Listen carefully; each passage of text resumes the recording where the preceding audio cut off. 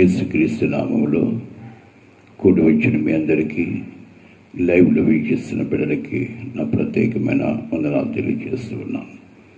ప్రియమైన బిడ్డలారా, దేవుడు మనల్ని ప్రేమించి మరొక దినాన్ని మన చేతిలో ప్రసాదించాడు.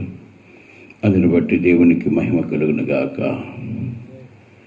చూడండి, ప్రతిదినము ఇలాగా నూతన ఆనందాన్ని మనకు కలుగు చేస్తున్న దేవుడు మన పట్ల కలిగి ఉన్న అపారమైన ప్రేమ గమనించాలి. ఈరోజు ప్రపంచంలో భయంకర ఆందోళన, ఈ ఆందోళన మధ్య మనస్తాపంతో బ్రతుకుతూ ఉన్నారు. కానీ దేవుని బిడ్డలమైన మనకు నెమ్మదిని ప్రసాదించాడు.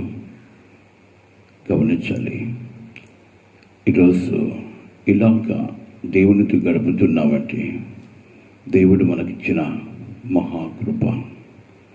అందుని బట్టి దేవునికి ఎంతో రుణస్థులమై ఉన్నాం మనము. ఈ రుణమే రాగ తీరుతుంది అన్న ఆలోచన మనకు కలగవచ్చు. ఒకవేళ ఏం చేస్తే రుణం తీరాలి అనొచ్చు.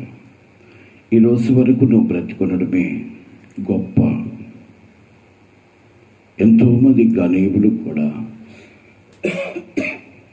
నీ కళ్ళ ముందు హతులైపోతూ ఉన్నారు. ఈ దినాన ఎందుకో పనికిరాని మనల్ని ఆదరించి కాపాడి, తన కనుపాపలే కాపాడి ఈ ఉదయకాల సమయంలో ఈ రీతిగా ప్రార్థించడానికి దేవుడు కృపనిచ్చాడు. అందుని బట్టి ఆయనకి ఎంతో రుణస్థులమై ఉన్నాం. కానీ దేవుడు నీ దగ్గర నుంచి కోరుకునేది ఏంటి? నీతి నియమాలు తప్పకుండా నువ్వు బ్రతకాలని దేవుని యొక్క ముఖ్య ఉద్దేశం. నీతిని వెతుకుతూ నీ ఆత్మ జీవితాన్ని కాపాడుకుంటూ నువ్వు బ్రతుకుతూ ఉంటే దేవుడు తన కృప చొప్పున నిన్ను బ్రతికించడానికి, నీ ద్వారా దేవుడు మహిమపరచబడినట్లు నిన్ను ఆదరిస్తాడు. దినములు జరుగుతూ ఉండగా ఆయన నీ జీవితంలో గొప్ప కార్యం చేయడానికి ఇష్టపడతాడు. దేవుని స్తోత్రం, హల్లెలూయా.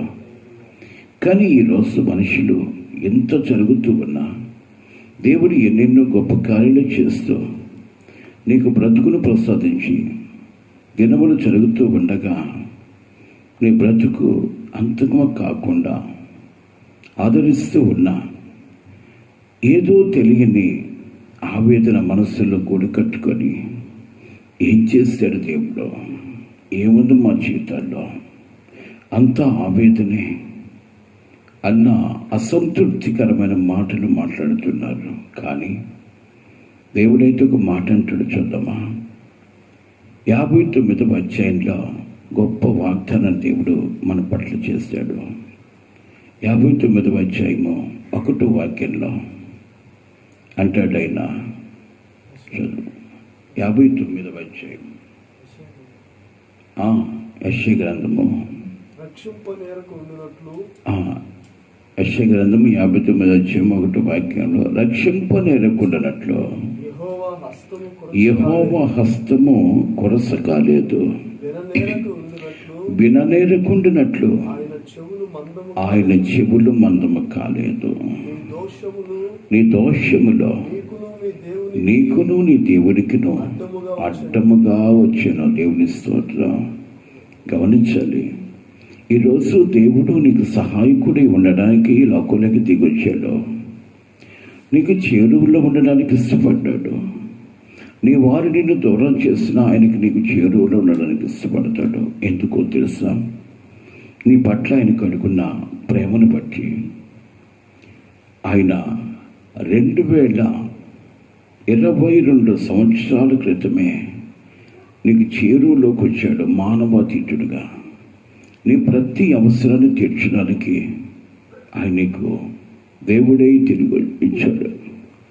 కానీ నీ కొరకు ఎన్నెన్నో గొప్ప కార్యాలు చేసినా కూడా ఇంకా నా జీవితంలో ఏం చేశాడు, ఏం చేస్తున్నాడు అన్న ఆలోచన అయితే ఉంది. కానీ ఇన్ని చేసిన దేవునికి నేనేం చేయాలి అన్న ఆలోచనతో మన జీవితంలో కలగట్లేదు. ఇంకా ఏదో ఏదో ఏదో ఏదో చెయ్యాలి అన్నట్లుగా ఏంటి అసంతృప్తి కలిగి దేవునితో ఉండవలసిన మన యొక్క నీతి నియమాన్ని దారవిడ్చుకుంటూ ఏమండి లోకస్తులు వల్ల బ్రతకడానికి ఇష్టపడుతూ ఉన్నాం. కానీ దేవుడు అంటాడు, నేను నీ చేతులకు ఉపకారం చేయాలనుకుంటున్నాను, కానీ నేను నీ చేతులకు ఉపకారాలు చేయాలంటే నీకును నాకును మధ్య కొన్ని ఆటంకాలున్నాయి, కొన్ని అవరోధాలున్నాయి. వీటిని ఎప్పుడైతే నువ్వు తొలగించుకుంటావో నీ చేతులకి నేను రావడానికి ఇష్టపడుతున్నాను. నీ ప్రతి అవరోధాన్ని తొలగించి నేను ఆశీర్వదించడానికి ఇష్టపడుతూ ఉన్నాను. చూడండి, దేవుడు ఈ ఉదయకాల సమయంలో నీతో చేస్తున్న వాగ్దానం ఏంటో తెలుసా? రక్షింపనేరకుండానట్లు నా చేతులు కొరసు కాలేదు, నీ ప్రార్థన నీ విజ్ఞాపన వినకుండా ఉండటానికి నేనేమో మందము కలిగిన చెవులు కలిగిన వాడిని కాదు. నీ విజ్ఞాపన వినడానికి నేను సిద్ధంగా ఉన్నాను. కానీ ప్రేమని వల్ల ఈరోజు మనుషులు, ఈరోజు దేవుని బిడ్డలో ఏదో ఆశించి ఏదో పొందలేక దేవుణ్ణి విమర్శిస్తూ ఉన్నారు. దీనికి కారణమేంటి? నువ్వు చేసే విజ్ఞాపన దేవునికి ఇష్టకరమైనదైతే తప్పకుండా నీ ప్రతి విజ్ఞాపనకి ఆయన చెవియకి నీ యొక్క విజ్ఞాపనకి సహకారి నీ చేతులకు రావడానికి ఇష్టపడతాడు. దేవుని స్తోత్రం. హల్లెలూయా. ఈరోజు ఏ స్థితి కలుగున్నావు బిడ్డ? ఎదురులేసి లోకం వైపు చూస్తున్నావా, దేవుని వైపు చూస్తున్నావా? లోకం వైపు చూస్తున్నావు కాబట్టి నీ బ్రతుకు అంధకారంగానే ఉంది. ఏ క్షణంలో ఏం జరుగుతుందో భయాందోళనతో బ్రతుకుతున్నావు. దేవుని వైపు చూసిన వాడు నిబ్బరము కలిగి ధైర్యము వహించి లోకములో తిరగడానికి ఇష్టపడతాడు. లోకానుసారంగా కాదు, లోకములో సంచరిస్తూ లోకస్తులు సైతము దేవుని వైపు త్రిప్పడానికి ఒక సాధనంగా ఉంచబడతాడు. కానీ ఈరోజు అనేక మందిని గమనిస్తే లోకములో ఉన్న వాటిని చూసుకుంటూ లోకములో ఉన్న ఆశీర్వాదాన్ని అనుభవించాలనుకుంటున్నారు. కానీ స్థిరమైన ఆశీర్వాదము, స్థిరమైన రాజ్యములను చేరాలన్న ఆలోచన మర్చిపోతున్నావు. కానీ ప్రభు నీ పట్ల కలిగి ఉన్న అపారమైన వాంఛ ఏంటో తెలుసా? ఆయన ఉన్న స్థలములో నీ ఉండాలని కోరుకొని ఈ లోకానికి ఆయన దిగొచ్చాడు. నీకు ఈ లోకములో జీవించినంత కాలము నీకుండబడ్డ ప్రతి అడ్డుగోడలు కూల్చివేయనట్లు నీ ఆత్మీయ జీవితాన్ని బలపరచడానికి ఆయన ప్రతిదినము నీతో మాట్లాడడానికి ఇష్టపడతాడు. ప్రతి క్షణము నీతో ఉండడానికి ఇష్టపడతాడు. కాబట్టి దేవుడు నాతో ఉన్నాడు అన్న ఆలోచన కంటే కూడా దేవుడు నాతో ఉన్నాడా లేదన్న అసంతృప్తికరమైన మనస్తత్వంతో బ్రతుకుతున్నా ఈరోజు ఈ బ్రతుకును బట్టి నేను ఆశీర్వదించాలనుకున్నా కూడా నీ ఆలోచన దేవునికి ఆయాసకరంగా మారి నీ ఆశీర్వాదం ప్రక్కకి వెళ్ళిపోతుంది. బిడ్డ, ఒకసారి ఆలోచించు. ఎందుకు ఈ దౌర్భాగ్య జీవితం కలిగి ఉన్నాము అంటే నీ ఆత్మీయ జీవితాన్ని స్థిరపరుచుకోకుండా ఏదో అసంతృప్తికరమైన ఆలోచన కలిగి దేవునికి దూరమైపోతున్నామన్న ఆలోచన మనసులో ఉండాలి. ఒక చిన్న మాట చెప్పనా? ఒక దైవ సేవకుడు ఒక ప్రాంతానికి తరచూ వెళుతూ ఉండేవాడు. తరచూ వెళుతూ ఉన్నప్పుడు ఆ ప్రాంతంలో ఒక గనురాలు ఆ దైవ సేవకుని వైపు లాగా చూస్తూ ఉండేది. ఆ దైవ సేవకుడు కనుమరుగైపోయే వరకు, ఆ గ్రామంలో వెళ్ళే వరకు కూడా ఆయన వైపే చూస్తూ ఉండేది. గమనించాలి. ఈ మాట నేను చెప్తున్నప్పుడు నాకు ఒక ఆలోచన కలిగింది. ఆమె మంచి గనురాలు, మంచి యవనస్తురాలు. ఈ దైవ సేవకుడి వైపు అలాగే ఆయన వచ్చే టైంను గమనించి ఆమె వాకిట్లో నిలబడి ఆయన వైపు అలాగే చూస్తూ ఉండేదట. అలాగే చూస్తూ ఉంటే చూసేవాళ్ళు ఏమనుకునేవాళ్ళు? అవమానించరా? అవమానిస్తారు. ఈ మనిషికి ఏం పని? ఆ దైవ సేవకుడు గ్రామంలోకి వస్తే ఆయన పోయేదాకా అలాగే చూస్తుంది. ఏం పని మనిషికి అన్న అవమానాలు కూడా వచ్చిండేటివి అనుకుంటాను. అయినా కూడా ఇవన్నీ లెక్క చేయకుండా ఆయన ఏ టైంలో వస్తాడో, ఏ రోజు వస్తాడో గుర్తుంచుకొని ఆయన వచ్చే టయానికి వాకిట్లో నిలబడుకొని ఆయన వైపు ఆయన కనుమరుగై వెళ్ళేదాకా అలాగే చూస్తుందట. ఏం చూస్తుంది ఆమె అంటే, ఈరోజు అనేక మంది ఆ చూపును బట్టి ఆమెతో శారీరక పరంగా చూస్తుందన్న ఆలోచన అనేక మందికి కలగకుండా ఉండదు. కానీ ఆమె ఏం చూస్తుందో తెలుసా?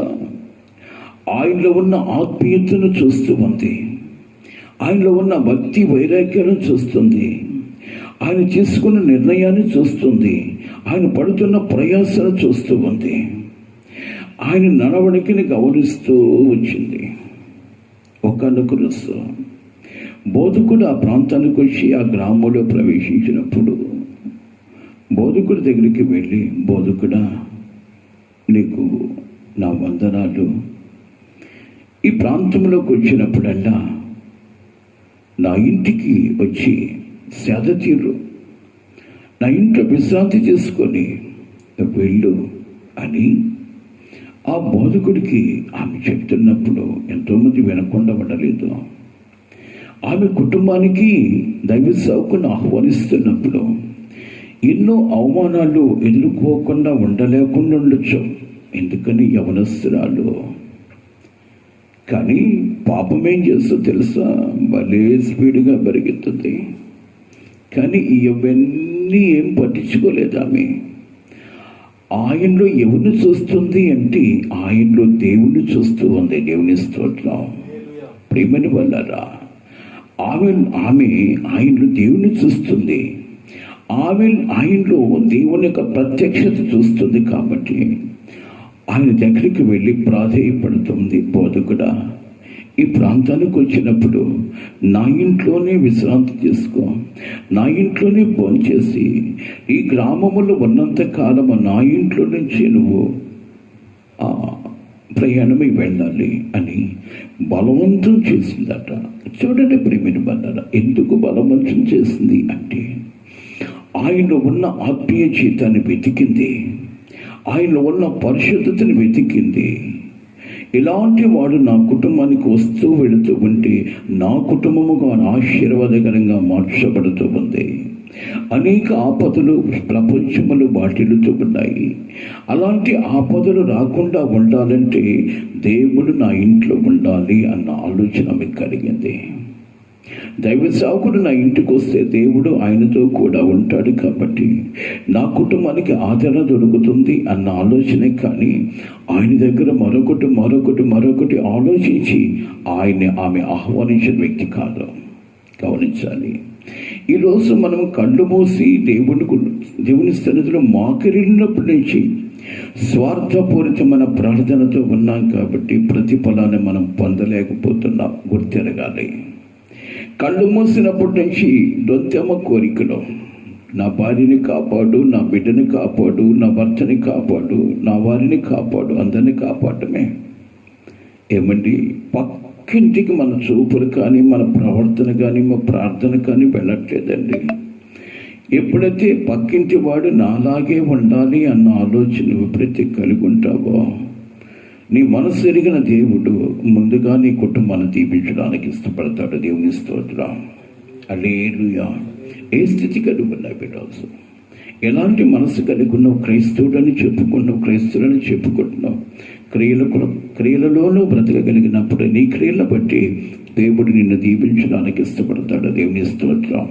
అందుకే అన్నాడు, రక్షింపనేరుకున్నట్టుగా నా చేతులు కొరసకాలేదు. మీరెందుకు దరిద్రులై ఉన్నారు? సహాయం చేయకున్నటకు నా చేతులు కొరస కాలేదే, విననేరుకున్నట్టుగా నా చెవులు మందం కాలేదే. నువ్వు చేసే విజ్ఞాపన వినకుండా నీ అతిక్రమాలు నట్టుగోడగా నిలిచాయి కాబట్టి నీకు నాకు చాలా దూరంగా ఉంది.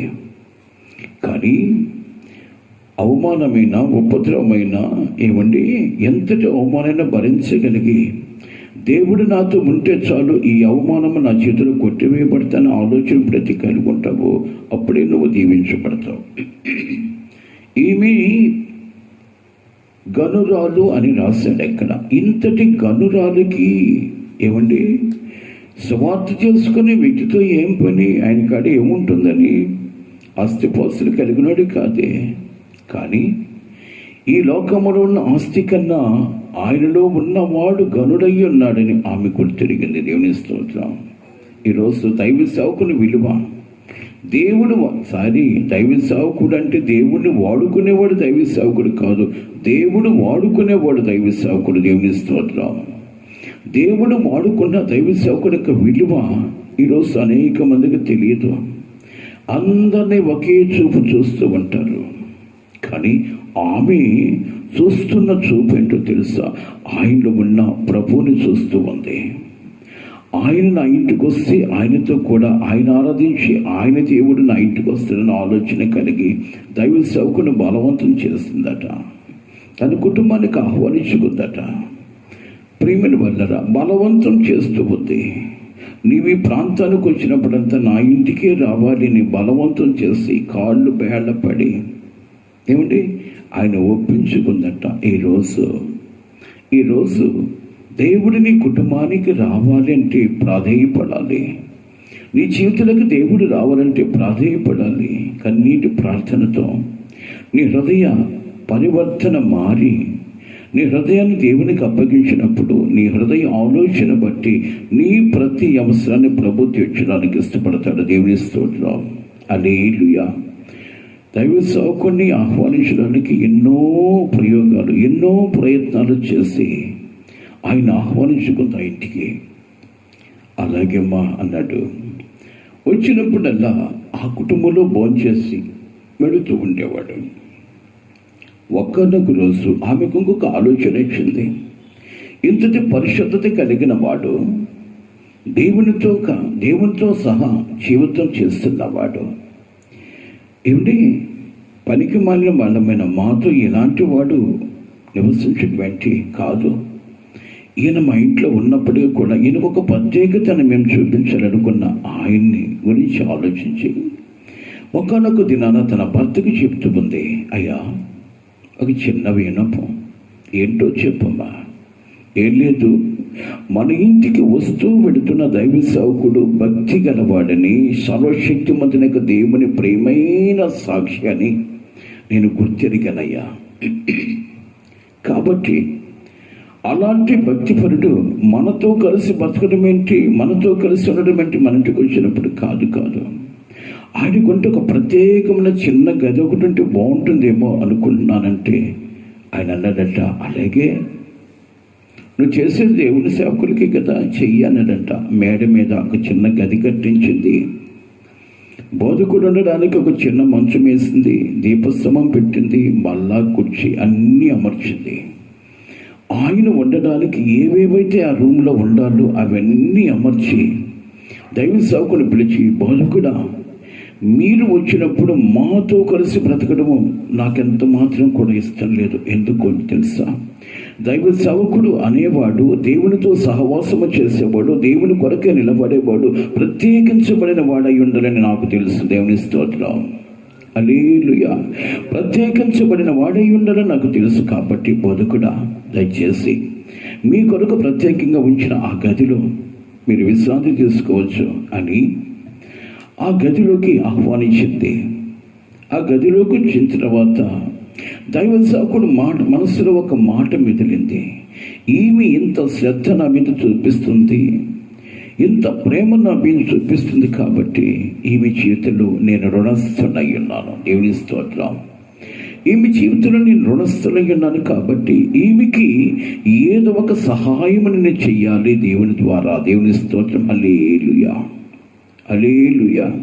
ప్రియమైన వాళ్ళరా, ఏదో ఒక సహాయం ఈమెకి నేను చెయ్యాలి అనుకొని ఆలోచిస్తూ ఈ కుటుంబ నిమిత్తము ప్రార్థిస్తూ వచ్చాడు.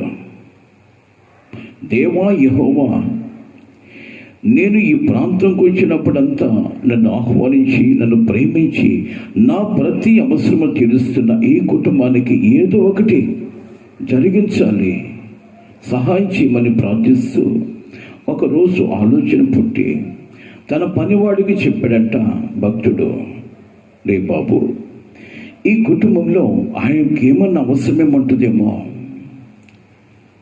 ఈ రాజుగారితో కానీ ఏదన్నా మాట్లాడలేమో, కొంచెం ఆమెని పిలవమన్నప్పుడు ఆమెను పిలిచిన తర్వాత ఆమె పరుగున దైవ సేవకుడి కొడుకొచ్చి, వందనాలు బతుకుడా, నన్ను పిలిచిన కారణం ఏంటి అన్నప్పుడు, అమ్మా నీకు నా ద్వారా ఏదైనా సహాయం కావాల్సి ఉంటే అడుగు, నేను చేస్తా. ఈ రాజుగారితో నిన్ను గురించి ఏమైనా చెప్పాలన్నా, ఆయన ద్వారా నీకేమైనా సహాయం కావాలన్నా, రాజుగారు నాకు మంచి నిలువైన వాడు, నేను ఆయన ద్వారా ఏదైనా చేయించగలను. దైవ సేవకుడు చెప్తున్న మాటను బట్టి ఇంతకీ రాజు ఇప్పుడు ఇది ఇక్కడ ఆలోచిస్తే దైవ సేవకుడు మనుషుల వైపు చూస్తూ మురిసిపోయేవాడు కాదు కదా. ఏ రాజుల గురించి ఆయన చెప్తున్నాడంటే రాజులకు రాజైన మహారాజైన క్రీస్తు ప్రభుని గురించి చెప్తున్నాడు. ఆయన దగ్గర నేను ఏమని నీకు చేయించగలను? ఎందుకో తెలుసా, నీవు బ్రతుకుతున్న బ్రతుకును బట్టి యెహోవా నీ చేతులు గొప్ప కార్యం చేయడానికి ఇష్టపడతాడు. ఒక దైవ సేవకుని మనస్ఫూర్తిగా ప్రేమించగలిగిన ఈ ప్రేమను బట్టి ప్రతిఫలాన్ని యెహోవా నీకు కలుగు చేస్తాడు. కాబట్టి చెప్పంటామంటుంది, అయ్యా నాకు చాలినంత ఉందయ్యా, నాకు మంచి ఆస్తి ఉంది. ఈ ఊర్లో నాకు ఉండబడ్డ పేరేంటి తెలుసా? గనురాలు అని పేరు. ఘనత వహించిన దానును. నాకేం అవసరం లేదయ్యా, నాకు అన్నీ తృప్తిగా ఉన్నాయి. ప్రేమని వల్లరా నేనేదో ఆశించి నేను ఆహ్వానించలేదు. నేనేదో ఆశించి నేను ఆహ్వానించలేదు. ఈ మాటకు అర్థం ఏంటి తెలుసా? ఈరోజు నిస్వార్థమైన ప్రార్థన ఎప్పుడైతే చేస్తావో ప్రతిఫలము వెంటనే నువ్వు పొందుతావు. దేవుని స్తోత్రం, హల్లెలూయా. ఈరోజు మనం చేసే విజ్ఞాపన నిస్వార్థమైనదిగా ఉందా, స్వార్థపూరితమైనదిగా ఉందా? నువ్వు చేస్తున్న ప్రార్థన చేసి పక్క వాళ్ళ మీద పనికి మాలిన మాటలు విసురుతూ అనేక రకాలైన మనస్తత్వాలు కలిగి జీవిస్తున్నావు కాబట్టి ప్రభు దగ్గర నుంచి ఆశీర్వాదాన్ని అనుభవించలేకున్నావు. కానీ ఈమె దైవ సేవకుని ఆహ్వానించడానికి కారణం ఏంటి అంటే, అయ్యా నా కుటుంబంలో ఇది తక్కువైంది, నా కుటుంబంలో అది లేదు, ఇది లేదు, దీని నిమిత్తం ప్రార్థించమని ఏ రోజు కూడా దైవ సేవకుడికి చెప్పిన వ్యక్తి కాదు. దైవ సేవకుడు నా ఇంటికి వస్తూ వెళుతూ ఉంటే నా కొద్దివేంటో దేవుడు ఎగిరిగి తీరుస్తాడన్న మనసు కలిగి ఉండొచ్చు. ప్రేమను బల్ల ఏదో ఆశించిన వ్యక్తి కాదామె. ఆయన పిలిచి అడుగుతూ ఉంటే, అయ్యా నాకు చాలినంతుంది, నాకే కొదువు వచ్చి నేను పిలవలేదు. ఒక దైవ సేవకుడు, ఒక భక్తిపరుడు, దేవునితోనే నివసించేవాడు నా ఇంటికి రావడం నాకు దీవెనకరము ఆశీర్వాదకరము అనుకున్నాను. కానీ నేనేదో ఆశించి నీ దగ్గరికి నేను రాలేదు, వెళ్ళిపోయింది. కానీ దైవ సేవకుడు మనసులో మటుకు ఒక ఆలోచన, ఇంత ప్రేమ చూపిస్తున్న ఈమెకి నేను ఏదో కార్యం చేయాలని ఆలోచన తపనతో బ్రతుకుతూ ఉన్నాడు. ప్రేమని వల్లరా మరలా ఒకరోజు తన పనివాడికి చెప్పాడు, రే బాబు, ఈ కుటుంబంలోకి వెళ్ళి ఈ కుటుంబంలో కొదువైనది ఏదైనా ఉంటే కొంచెం తెలుసుకోమని చెప్పి భక్తుడు తన పనివాడిని పంపించాడు. ప్రతిరోజు వెళ్ళడం, ఆ కుటుంబంలో ఏం కొదువు ఉందా అని చెప్పేసి ఇతను పరీక్షించడం. వచ్చినప్పుడల్లా, అయ్యా ఆ కుటుంబంలో సమస్తము సమృద్ధిగా ఉంది, ఆ కుటుంబంలో లేనిదంటూ ఏమీ లేదు, అన్ని తృప్తిగానే ఉన్నాయి. అప్పుడు బాసుకుడు అంటాడు, రే మనిషి జీవితంలో ఏదో ఒక కోణంలో ఏదో తక్కువ ఉంటుంది. దేవుడే చెప్పాడు కదా. దావీదు అంటాడు, అయ్యా ఇంతగా నన్ను ప్రేమించడానికి నేను ఏ పాటి వాడిని, వీడిని ప్రేమించడానికి, వీడిని జ్ఞాపకం చేసుకోవడానికి నేను ఏ పాటి వాడిని, ఆయనను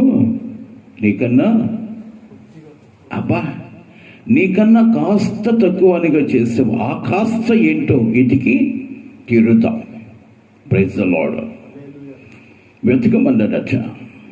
ఒక్కనొక రోజు, బతుకుడా ఈ ఇంట్లో ఒకటి కొదువైంది, బతుకుడా ఏంట్రా, ఇంత ఆస్తి కలిగి ఉన్నారు, ఇంత హోదా కలిగి ఉన్నారు, కానీ తదుపరి ఈ ఆస్తిని అనుభవించడానికి ఎవరూ లేరు, వీళ్ళకి సంతానం లేదు. ఆమె గుడ్డుపోతురాలు, ఆమె గర్భము ముయ్యబడి ఉంది బోధకుడా అన్నప్పుడు బోధకుడు ఒకే మాట అంటాడు, యెహోవాని ఎరిగిన వారు గుడ్డుతనము కానీ గడ్డుతనము కానీ ఉండదు. గుడ్డుతనము కానీ గడ్డుతనము కానీ ఉండదు, ఉండడానికి వీలు లేదు. కానీ ఇప్పటి వరకు ఆమె గుడ్డుగాను పిల్లలేని వ్యక్తిగాను ఉంది అంటే అదంతా ప్రభువు మహిమార్థమే. దేవుని స్తోత్రం. హల్లెలూయా, హల్లెలూయా. ప్రేమను వల్లరా వెంటనే ఆమెను పిలిచి ఆమెతో అంటాడు, అమ్మా, తిరిగి వచ్చే సంవత్సరానికి నీ చేతిలో ఒక మగబిడ్డ ఉంటాడమ్మా. అయ్యా, నువ్వు మాట్లాడేది చాలా సహజంగా ఉందయ్యా. నేను యవనస్తురాన్నే, కానీ నా భర్త వయసు మీరిన వాడు.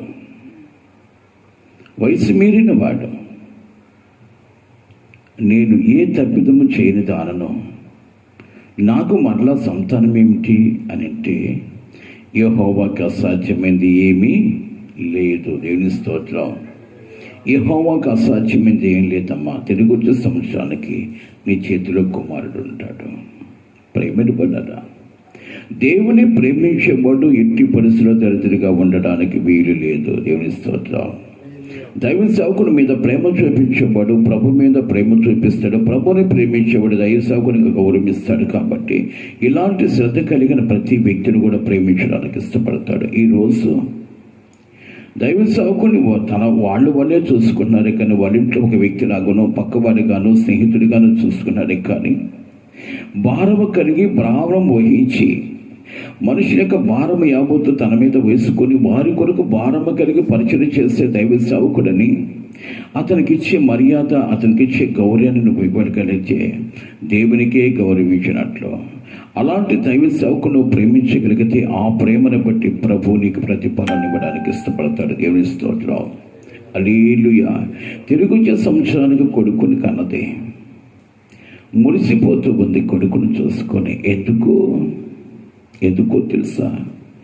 ఆమె ఎవరిని ప్రేమించింది? దైవ సేవకుల్లో ఉన్న దేవుణ్ణి ప్రేమించింది, కానీ దైవ సేవకుని ప్రేమించలేదు. ఎవరి కొరకు బ్రతుకుతున్నాడు దైవ సేవకుడు? ఆ తండ్రినైన దేవుని గురించి మాట్లాడుకుంటూ ఆ ప్రభుని ప్రేమించింది. కాబట్టి ఆ ప్రభు తన జీవితంలో ప్రతిఫలాన్ని ప్రసాదించాడు. దేవుని స్తోత్రం. అందుకే ప్రభు అంటాడు కదా, భక్తుల ద్వారా మాట్లాడతాడు, రక్షింప నేర్కొన్నటకు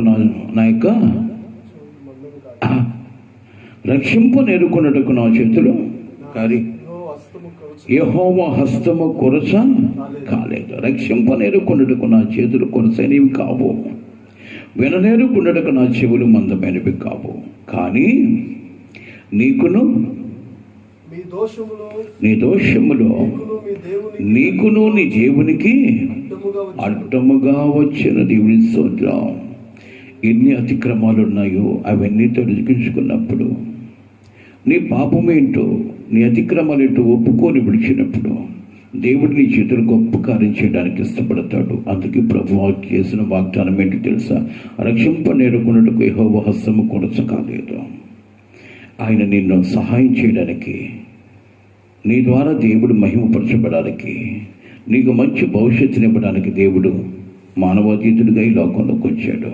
కనుకని అని చేసిన వాగ్దానం ఏంటో తెలుసా? నిన్ను రక్షించడానికే నేను వచ్చాను, నీకు సహాయం చేయడానికే నేను వచ్చాను. సహాయం నా దగ్గర నుంచి నువ్వు పొందాలంటే నీవుగా సరిచేయబడి నా వైపు చూస్తే నేను నీ వైపు తిరిగి నీ ప్రతి అవసరాన్ని తీరుస్తాను. అట్టి కృప దేవుడు మనకందరికీ కలుగు చేయనుగాక. కళ్ళు ముద్దమా. స్తుతుల పైన ఆశ్రయుడా, సర్వశక్తిమంతుడా, సర్వోన్నతుడా, మీకే స్తోత్రాలు చెల్లిస్తూ ఉన్నాం.